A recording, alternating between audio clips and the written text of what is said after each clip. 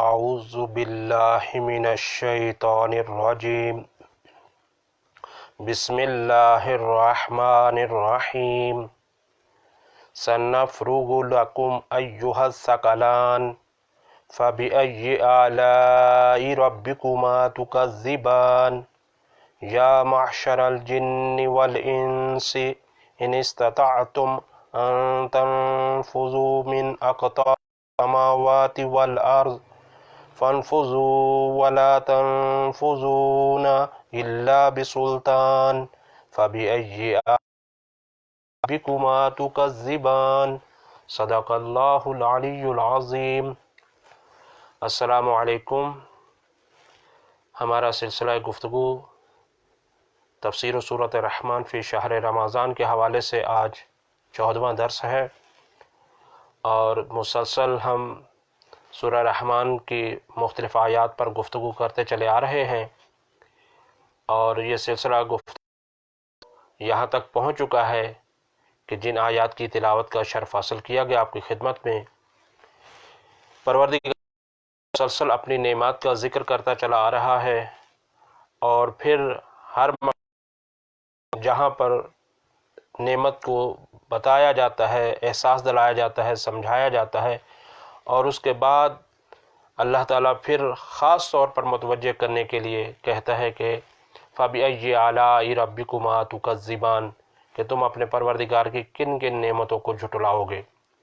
عزیزان گرامی، اسی طرح سے نعمات کا سلسلہ شروع کہ کبھی قرآن کی تعلیم کے حوالے سے، کبھی خلقت انسان کے حوالے سے، کبھی بیان کے حوالے سے، کبھی زمین کے حوالے سے، کبھی آسمان اور کبھی دریاؤں کے حوالے سے، یہ نعمات کا مسلسل ذکر کیا گیا۔ یہاں سے اب گفتگو کسی اور انداز میں تبدیل کر دی ہے پروردگار عالم نے۔ یہ ساری کچھ جو بھی نعمات تھیں، یہ سب کچھ دیا تھا انسان اور جنات کو، اور دینے کے بعد اب یہ ہے کہ پروردگار عالم اتنی نعمتوں کے بعد یقیناً وہ حق بھی رکھتا ہے اور وہ فرما بھی رہا ہے۔ پروردگار عالم ارشاد فرما رہا ہے سنفرغ، یہ عربی قواعد ہے کہ سا کا مطلب ہوتا ہے ان قریب، جیسے یہ کہا جاتا ہے وَسَيَعْلَمُ الَّذِينَ ظَلَمُوا أَيَّ مُنقَلِبٍ يَنقَلِبُونَ، کہ ہم ان سے اس طرح سے انتقام لیتے ہیں کہ وہ یعنی احساس دلایا جاتا ہے۔ اور عزیزان گرامی، سا کا مطلب یہاں پر سین اور صفا، اور سین ان میں سے بہت قریب کے لیے استعمال ہوتا ہے۔ نفرغ جیسے ہم استعمال کرتے ہیں فراغت، فروغ، یہ سارے اس کے مشتقات ہیں۔ تو عزیزان گرامی، پروردگار عالم ارشاد فرماتا ہے سنفرغ لکم ایھا الثقلان، ان قریب ہم آپ کی طرف متوجہ ہوتے ہیں۔ یہاں نفرغ کا معنی ویسے عام طور پر لغت میں جو معنی کیا جاتا ہے وہ یہ ہے کہ کسی کام فراغت حاصل کرنا، اور فراغ کا اصل معنی جو لغت نے کیا ہے وہ ہے خلا کا معنی، یعنی ایک آپ کام کر رہے ہوں اور اس کام سے اپنے یا رک جائے کام تو اسے فراغت کہا جاتا ہے، یعنی اس کام سے میں فارغ ہو گیا۔ تو یہ ہے کہ یہاں پر ایسا نہیں کہ پروردگار عالم کہ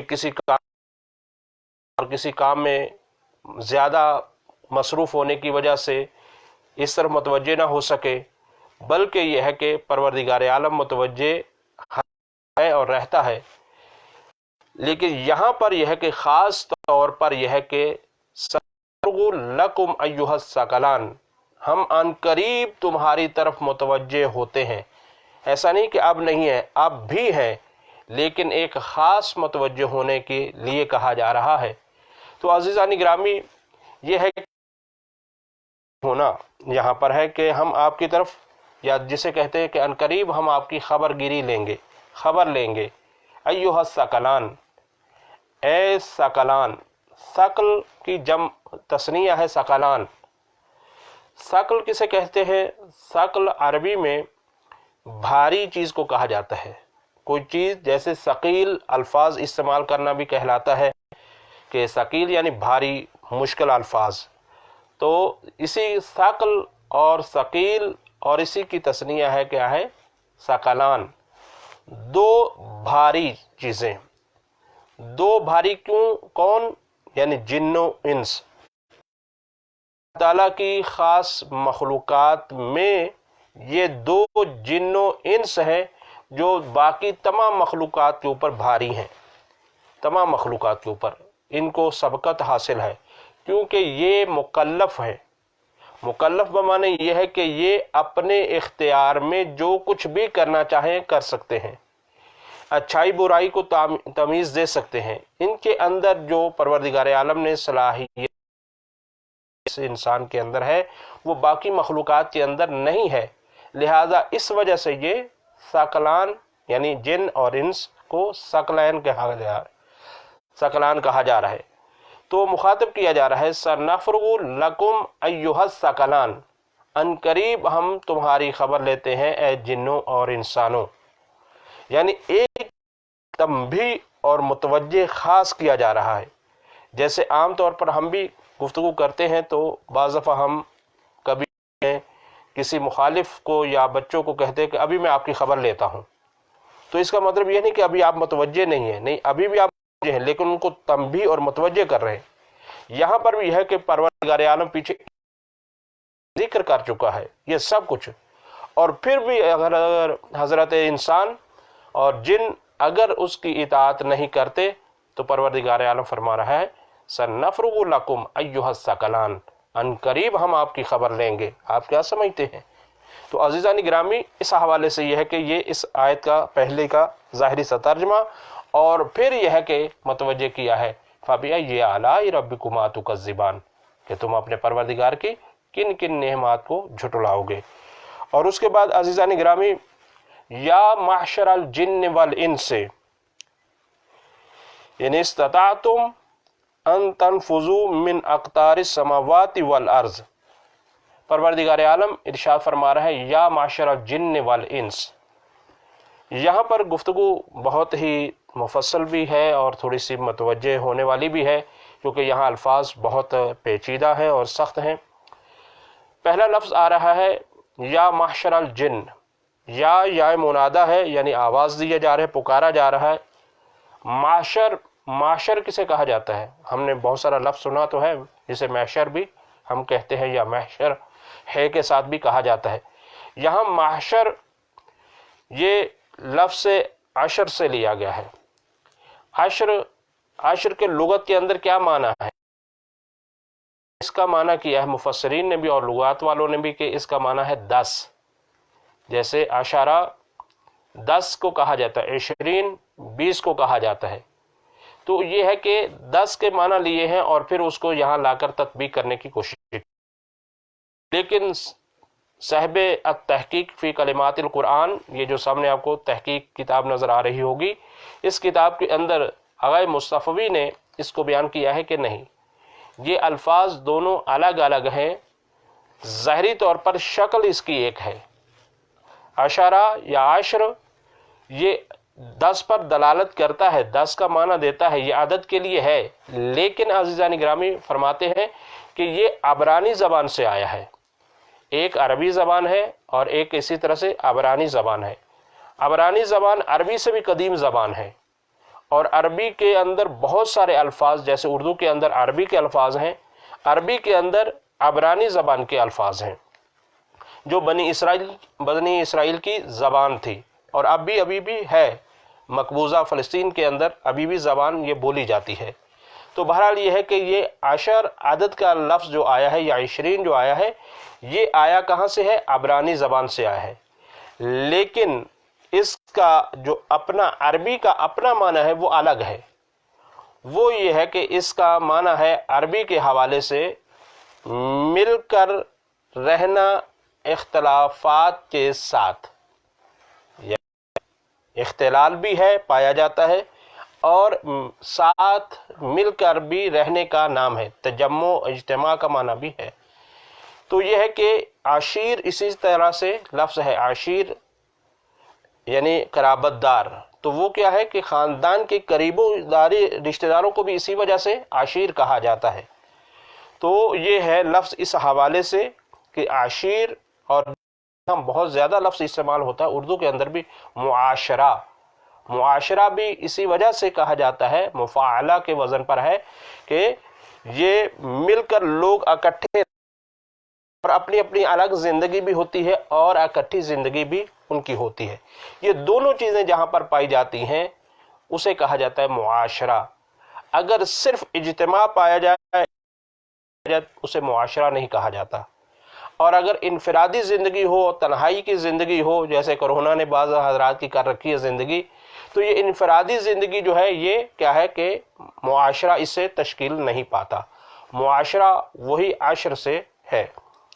لیکن جو عشر عدد کے حوالے سے ہے اسی سے عرض کیا ہے کہ 20 بھی ہے، 10، اور اسی طرح 40 بھی جو ہمارے ہاں اشتہار چھپتے ہیں کہا جاتا ہے، تو عشرہ مجالس یعنی 10 مجلسیں، یا عاشر 10واں، اسی طرح سے عاشورہ وہ بھی اسی سے ہی ہے یعنی 10واں۔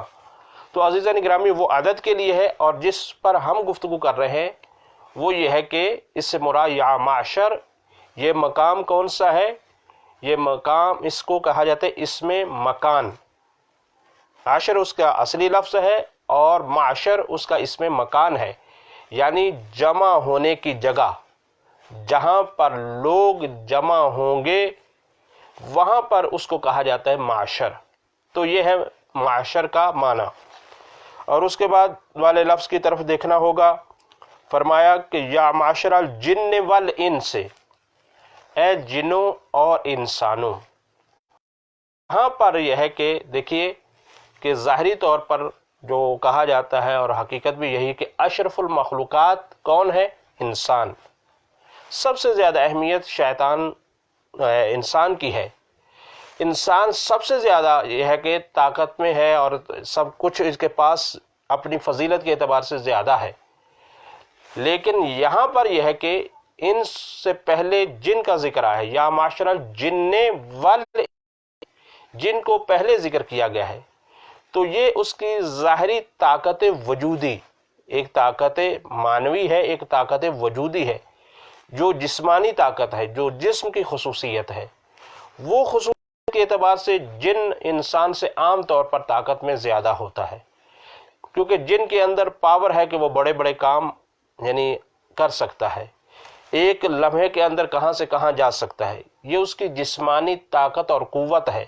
کیونکہ اس کے بعد جو الفاظ آ رہے، جو عبارت آ رہی ہے، تو اس میں یہ ہے کہ خاص طور پر اس کو جھنجھوڑا جا رہا ہے، یعنی جنات کو، تو اسی سے سمجھ میں آ جائے گا جب جن یہ کام نہیں کر سکتے تو انسان تو کیسے کر سکتا ہے، جو اپنے آپ کو جن تو طاقت میں زیادہ اپنے آپ کو سمجھتا ہے اور ظاہری طور پر اس کے پاس طاقت زیادہ ہے کہ وہ جلدی ایک کام کو انجام دے سکتا ہے، تو یہ ہے کہ اس وجہ سے مقدم کیا گیا ہے یہاں پر جن کو۔ فرمایا یا معاشر الجن والانس ان استطعتم، ان استطاع یعنی اگر تم استطاعت رکھتے ہو، یہ مادہ طوع سے ہے جس کا معنی ہوتا ہے قدرت، استطاعت جیسے عام طور پر طاقت کا معنی جو لیا جائے، اور جیسے یہ ہے کہ مستطیع ہو جانا حج کے لیے بھی، تو یہ ہے کہ وہاں پر بھی دو طرح کی استطاعت کہلاتی ہے، ایک استطاعت جسمی ہوتی ہے کہ انسان کا جسم اتنا ہو کہ وہ حج پر جا سکے، اور دوسرا استطاعت مالی ہوتی ہے۔ یہاں پر دونوں مراد لی جاتی ہے حج کے موقع پر کہ اگر دونوں اس کے اندر طاقتیں پائی جاتی ہیں تو وہ مستطیع ہو جاتا ہے اور اس کے اوپر حج واجب ہو جاتا ہے۔ یہاں پر جو لفظ استعمال ہو رہا ہے وہ یہ ہے کہ ان استطعتم ان تنفذوا من اقطار السماوات والارض، فرمایا کہ اگر تم طاقت رکھتے ہو، اگر تم قدرت رکھتے ہو کہ تنفذوا من اقطار السماوات، تنفذوا یعنی نفوذ، داخل ہو جانا یا خارج ہو جانا یا کسی پر اپنا اثر چھوڑ دینا، یہ نفوذ کے نافذ کرنے کے یعنی حکم لگانے کے، یہ مختلف اس کے معنی کیے جاتے ہیں۔ اسی طرح نفاذ بھی ہے، نفوذ بھی ہے۔ تو یہ ہے کہ تم میں اگر یہ ہے کہ استطاعت ہے تو نفوذ کرو۔ کیا ہے نفوذ کا مطلب؟ یہاں پر یہ ہے کہ من اقطار السماوات، اقطار کسے کہا جاتا ہے؟ اقطار لفظ جمع ہے قطر کے، دیکھیں تلفظ تھوڑے سے سخت ہوتے ہیں، کاف کے اوپر پیش ہے۔ قطر کا معنی کیا ہوتا ہے؟ ناحیہ، طرف، جیسے زیارت ناحیہ ہے اسی طرح سے طرف۔ تو عزیزان گرامی یہاں پر یہ ہے کہ اگر تم طاقت رکھتے ہو، قدرت رکھتے ہو نکل جانے کی، من اقطار السماوات، یعنی آسمان کے کناروں سے اگر تم نکل جانے کی طاقت رکھتے ہو، اور زمین سے اگر نکل جانے کی تم طاقت رکھتے ہو، تو میرے عالم ارشاد فرما رہا ہے فانفذوا، تو نکل جاؤ، اگر تم اتنی طاقت رکھتے ہو تو نکل جاؤ، ولا تنفذوا، اور تم نکل ہی نہیں سکتے، نفی ہو گئی، یعنی تم میں قدرت ہی نہیں ہے کہ تم نکل جاؤ زمین و آسمان کے کناروں سے، آسمان کی ہماری سلطنت، ہماری بادشاہت، ہماری حکومت سے تم نکل جاؤ، تم نکل ہی نہیں سکتے ہو، الا بسلطان، مگر یہ ہے کہ سلطان۔ عزیزان گرامی یہاں پر پروردگار عالم خاص طور پر جو متوجہ کر رہا ہے، پیچھے کیونکہ مسلسل نعمات کا ذکر کیا ہے، اور ذکر کرنے کے بعد پروردگار عالم اب متوجہ کر رہا ہے کہ اگر اب کچھ ملنے کے باوجود بھی تم نعمات کا شکر نہیں کرتے ہو، تو اے معاشر جن و انس، تم چاہتے ہو تو نکل جاؤ زمین و آسمان کے کناروں سے، اور تم نہیں نکل سکتے، الا بسلطان، مگر یہ ہے کہ سلطان۔ اب یہاں پہ سلطان کا کیا معنی ہے، اس حوالے سے عزیزان گرامی سلطان کے معنی مختلف کیے گئے ہیں۔ ایک سلطان کا معنی ہوتا ہے سلطنت قہری، جسے کہتے ہیں کہ سلطہ قہری، زبردستی، جیسے بادشاہتیں ہوتی ہیں، حکومتیں ہوتی ہیں، ایک یہ ہوتا ہے۔ دوسرا ہوتا ہے سلطہ روحانی۔ سلطہ روحانی کیا ہوتا ہے؟ جسے برہان اور دلیل کے ساتھ کہا جاتا ہے۔ ظاہری طور پر ممکن ہے کہ ایک انسان 10 لاکھ کے مجمع کے سامنے کھڑا ہو، لیکن یہ ہے کہ وہ سلطہ رکھتا ہے، کیا؟ اس کے پاس دلیل بھی ہے، برہان بھی ہے، علم بھی ہے اور حکمت بھی ہے۔ یہ چیزیں بھی سلطہ کے معنی میں استعمال ہوتے ہیں۔ اسی طرح سے یہ ہے کہ حضرت موسیٰ علیہ السلام سے بھی قرآن کے اندر پروردگار عالم ارشاد فرماتا ہے وَلَقَدْ أَرْسَلْنَا مُوسَىٰ بِآيَاتِنَا وَسُلْطَانٍ مُبِينٍ، ہم نے حضرت موسیٰ علیہ السلام کو آیات کے اور سلطان مبین سے مراد یعنی قوت، طاقت معنوی کے ساتھ، کیونکہ ظاہر ہے کہ فرعون کے مقابلے میں اگر لشکر لے کر تو نہیں گئے، حضرت موسیٰ علیہ السلام خود گئے ہیں اور حضرت ہارون کو ساتھ لے کر گئے۔ تو عزیزان گرامی یہاں پر برہان اور دلیل اور قوت معنوی کی بنا پر یہ حجت ہے، تو اس کو بھی کہا جاتا ہے سلطہ۔ کہ یہاں پر کیا مراد ہے کہ سلطان، مگر یہ کہ سلطان سے مراد قوت الہیہ۔ یہ ہے کہ پروردگار عالم یہ فرما رہا ہے کہ یا معاشر الجن والانس، اے جن و انس، ان استطاعتم، اگر تم طاقت رکھتے ہو، ان تنفذوا من اقطار السماوات، کہ اگر تم طاقت رکھتے ہو کہ تم پروردگار عالم کے زمین و آسمان کے جو کنارے ہیں ان سے نکل جاؤ، تو فانفذوا، تم نکل جاؤ، ولا تنفذوا، اور تم نکل نہیں سکتے ہو، ولا تنفذون سلطان، مگر یہ ہے کہ قدرت الہیہ کے ساتھ۔ اب یہ ہے کہ یہ ایک قسم کا خاص طور پر جھنجھوڑا جا رہا ہے، لیکن اب یہ ہے کہ مفسرین نے اس کے اوپر گفتگو کی ہے کہ آیا اس سے مراد کون سی چیز ہے، کہ آیا یہ آج کے دور میں یہ کہا جا رہا ہے کہ سب لوگوں کو اے معاشر الجن والانس سے، یہ اس حوالے سے کہا جا رہا ہے، یا یہ ہے کہ کیا ہے، یا یہ کہ دونوں کے لیے کہا۔ تفسیر یہ بھی ہے کہ کیا لوگوں کے علمی ترقی کو متوجہ کیا جا رہا ہے۔ تو اس حوالے سے مفسرین نے عزیزان گرامی بہت ساری گفتگو کی ہے۔ اگر دیکھا جائے تو آیت کیونکہ مطلق ہے اور کسی نہیں، یعنی کسی خاص وقت کو محدود نہیں کر رہی، تو اگر لیا جائے میں سمجھتا ہوں کہ عام ہی معنی لیا جائے تو بہتر ہوگا، جو سب کو شامل ہو، یعنی چاہے وہ یہ دنیا ہو، چاہے وہ دنیا ہو، چاہے علمی ترقی کے حوالے سے ہو۔ اب یہ ہے کہ ممکن ہے کہ کسی کے ذہن میں یہ خیال آئے کہ آج کا انسان تو ترقی کر رہا ہے اور ترقی کرتے ہوئے زمین سے آسمان کی طرف جا رہا ہے۔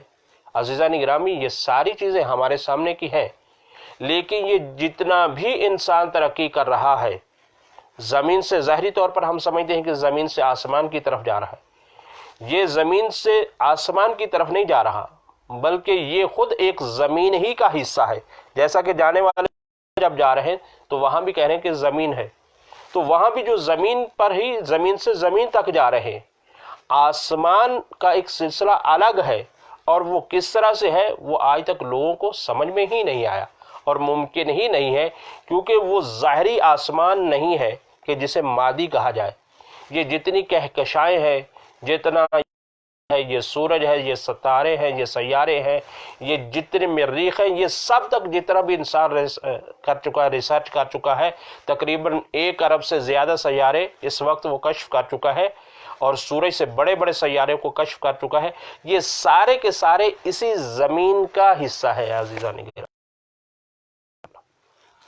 ہم اس قدرت کو ذرا سوچیں تو صحیح، وہ قدرت کتنی بڑی قدرت ہے، وہ ذات کتنی بڑی ذات ہے کہ ایک انسان بغیر میٹیریل کے، بغیر کسی نمونے کے، بغیر کسی شے کے ایک مکھی کا پر نہیں بنا سکتا، اور وہ ذات کہ جس نے زمین سے بڑے سورج کو بنایا اور سورج سے بڑے اور ستاروں کو بنا رکھا ہے، اور جتنا انسان اوپر کی طرف جا رہا ہے اسے چاہیے کہ وہ جتنا یہ دیکھتا چلا جائے کہ وہ خدا کے قریب ہو، لیکن یہ ہے کہ یہ دنیا اس عجیب سی دنیا ہے کہ یہ سائنسی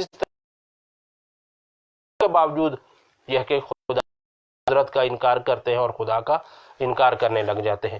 بہرحال یہ ہے کہ یہ جتنی بھی ترقی ہے، چاہے علمی ترقی ہو جائے، یہ ساری کی ساری زمین کی ہی ترقی ہے عزیزان گرامی، اور یہ ہے کہ کوئی بھی آج انسان اس احاطے سے نکل نہیں سکا اور نہ نکل سکتا ہے۔ پروردگار عالم کی طرف سے چیلنج ہے کہ اگر تم میں طاقت ہے تو تم نکل کر دکھاؤ، ممکن ہی نہیں۔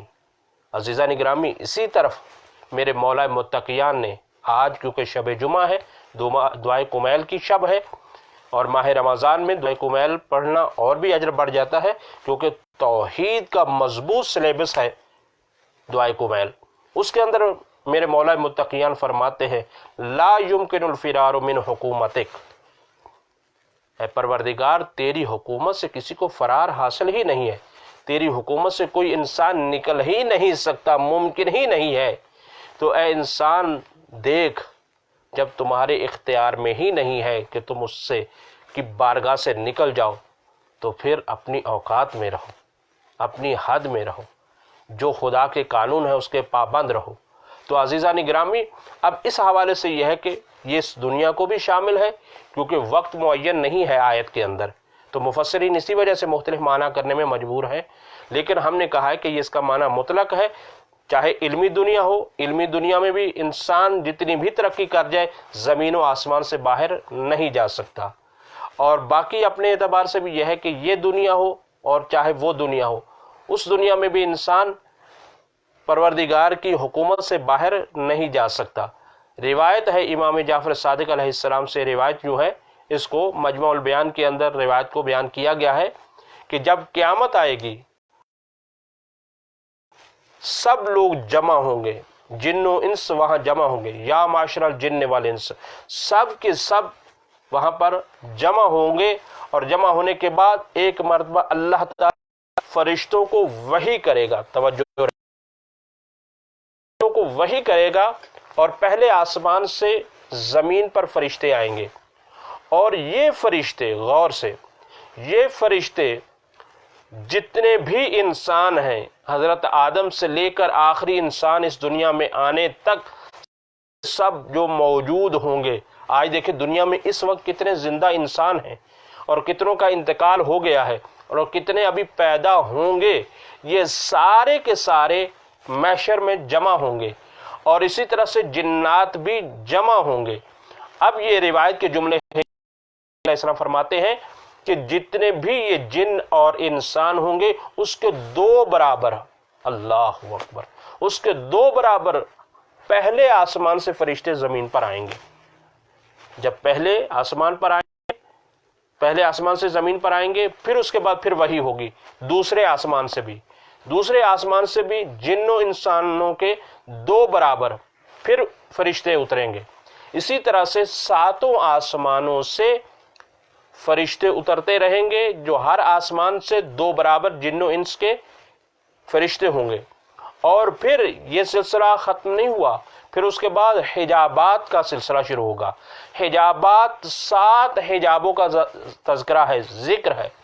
بہرحال کہیں میں نے ایک گفتگو میں عرض کیا تھا کہ حجابات الہیہ جب شروع ہوتے ہیں تو اس میں کتنا فاصلہ ہے، اور یہ ساری چیزیں وہاں پر دیکھنے کی ہے۔ انشاءاللہ تعالی حضرت علی علیہ السلام کے جب ہم گفتگو کریں گے تو اس میں یہ بیان کریں گے کہ وہاں ہمارا موضوع رہے گا فضائل علی معراج نبی کے حوالے سے، معراج النبی فضائل، وہاں پر حجابات کا ہم سلسلے کو بیان کریں گے عزیزان گرامی۔ تو یہ ہے کہ وہاں پھر حجابات سے بھی اسی طرح سے ہے کہ ہر حجاب سے 2 گنا زیادہ جنوں اور انسانوں کے فرشتے زمین پر آتے رہیں گے۔ جب یہ سب کے سب جمع ہو جائیں گے تو اس وقت آواز قدرت آئے گی، یا معشر الجن والانس، اے جنوں انسانوں، ان استطعتم من اقطار السماوات والارض، اگر تم میں قدرت ہے تو تم زمین و آسمان کے کناروں سے نکل جاؤ۔ اور پھر یہ ہوگا فانفذوا، اور تم نکل ہی نہیں سکتے۔ اور کیسے نکل سکتے ہو؟ ابھی آپ نے آسمان سے جب انسانوں سے زیادہ فرشتے ہوں گے تو وہ فرشتے بھی ہوں گے جو کیا ہے بارش برساتے ہوں گے، تو وہ بارش برسانے والے کی پاور کتنی ہوگی؟ وہ فرشتہ جو ملک الموت ہے، ایک لمحے کے اندر مشرق سے مغرب، مغرب سے مشرق، جنوب سے شمال، شمال سے جنوب کا سفر بھی کرتا ہے، اور ایک لمحے کے اندر کتنے نہ جانے لوگوں کی روحوں کو قبض کر لیتا ہے۔ جب ایسی پر موجود ہوں گے تو تم میں طاقت ہی نہیں ہے کہ تم زمین و آسمان سے نکل سکو۔ تو یہ ہے پروردگار عالم اس طرف متوجہ کر رہا ہے، اگر نکلنا بھی ہوگا تو وہ قدرت الہیہ کے ذریعے سے، الا بسلطان، اور وہ قدرت الہیہ ہی ہے کہ جو نکال سکتی ہے، نہیں ہے، وہ صرف خاص لوگوں کے پاس موجود ہے، اور وہ اس کے اقربا ہیں، وہ اس کے معصوم ہیں، اور وہ اس کے عظیم بھیجی ہوئی ہستیاں ہیں۔ تو یہاں پر یہ ہے کہ جب تم نہیں یہ سب کچھ کر سکتے اور سلطان یہ کر سکتے ہیں تو اس کا مطلب، اور سلطان برابر نہیں ہے، ہمارا ان کے ساتھ کوئی مقابلہ نہیں ہے، کہ جو ہستیاں سلطان ہیں پروردگار عالم کی طرف سے، جو قدرت الہیہ ہیں، تو پھر یہ ہے کہ یہاں پر پھر متوجہ پروردگار عالم پھر فرما رہا ہے فَبِأَيِّ آلَاءِ رَبِّكُمَا تُكَذِّبَانِ، اے جن و انس تم اپنے رب کی کون کون سی نعمات کو جھٹلاؤ گے۔ بس یہ ہے کہ پروردگار عالم نے ایک مرتبہ پھر اس انداز سے ہم کو متوجہ کیا ہے کہ ان قریب ہم تمہاری خبر لینے والے ہیں، فَبِأَيِّ آلَاءِ رَبِّكُمَا تُكَذِّبَانِ، اور پھر اس کے بعد یہ فرمایا کہ اے جنوں اے انسانوں، اگر تم قدرت رکھتے ہو تو ہماری شہنشاہت سے، ہمارے زمین و آسمان سے تم نکل جاؤ، اور تم نہیں نکل سکتے تو یہ ہے کہ فَبِأَيِّ آلَاءِ رَبِّكُمَا تُكَذِّبَانِ۔ اللہ تعالیٰ سے ہم دعا کرتے ہیں کہ اللہ تعالیٰ ہمیں خاص طریقے سے پروردگار عالم کی اطاعت کرنے کی توفیق عطا فرمائے، اور ہم آج شب جمعہ ہیں، اس جملے کا اقرار کرتے ہیں کہ لا یمکن الفرار من حکومتک، پروردگار عالم کی حکومت سے اصلا فرار ممکن نہیں ہے۔